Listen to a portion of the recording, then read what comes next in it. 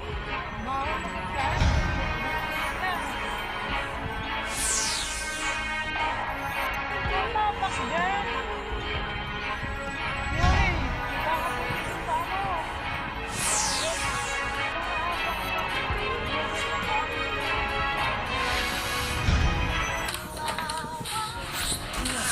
Ano nangyari? Tapos na ba? Oo, malapit na to. Ah, si madam. Sumakit nga raw yung ulo eh. Pa niya masagot yung mga tawag ng anak niya kasi mga ma-stress pa daw siya lalo. Ano? Tagal pa ba? Malapit na to. Hindi lang short circuit lang kasi kaya hindi gumagana yung kahit. Sige. Bilisan mo na dyan ah. Mamaya mag-arrive sila sa mga hostels mga nangyayari dito. Hindi kaya magawa ng paraan ng mga hostages ni Madam. Wala akong nangyayari doon ang pinapadali ko lahat. Ito pa naman ako ah.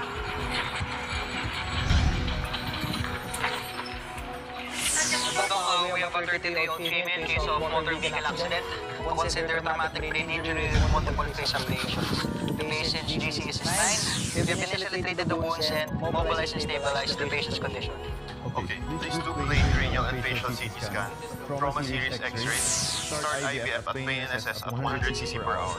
Start oxygen via face mask at 5 to 6 liters per minute. Standby intubation still unconscious to protect the airway. Ma'am?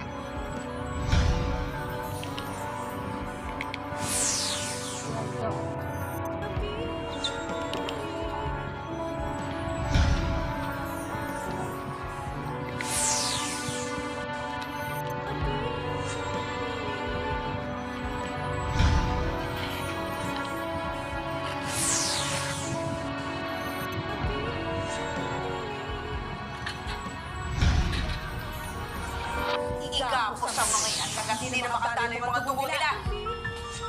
Lalo na lang yung doktrina ko. Mapapakitipeto. Nasaan ang anak mo? Nasa si Annalyn? Wala akong ginagawa sa anak mo. Hindi mo ba narinig yung gunshots? Patay na si Annalyn. Patay na rin si Justin. Tinapon mo na sila sa dagat. Hindi ko kasi sinungaling ka. Buhay pa ang anak ko! Nasaan ang anak ko? Ano ginawa ko sa kanya? Patay na nga eh. Hayop ka! Nakakawala mo ako dito! Ayoko ko! Nakakawala mo ako dito! Ay, nako, Lynette. Lagi na lang ganun ang dilema mo, no? Gusto mo laging main character ka. Gusto mo laging, napakataas ng eksena mo. Kalma lang. Ilang minuto na lang makakasama nila yung mga anak nyo. Bumuwila. You're going to pay for this. Make sure of that. Hey.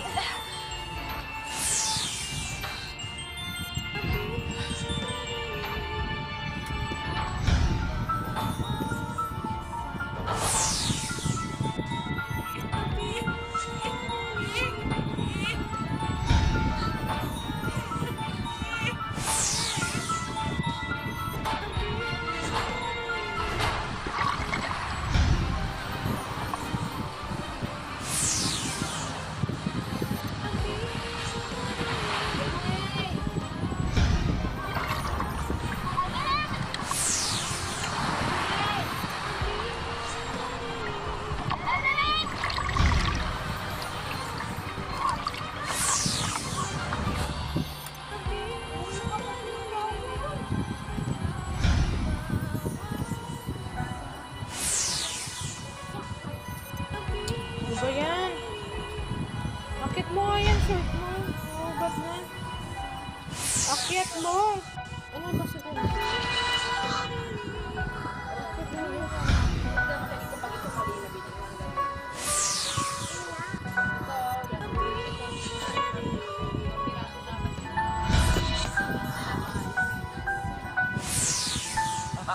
Sir, pwede mo magtanong? Ano po yun? Yung yati dito kanina, sa kanyang mga tanyag na alisaw ba? Punta sila sa Mar Azul Resort. Sa kapila po yun.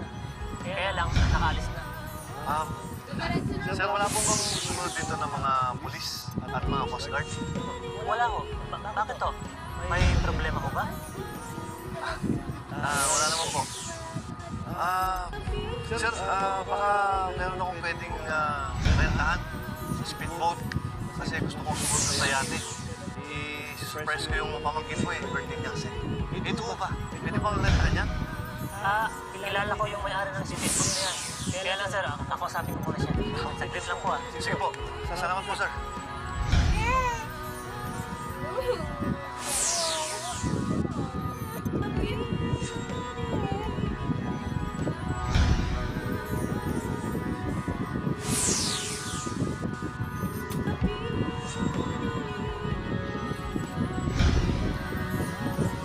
Bakit ito ako ng Zoe? Ano nangyari na niya?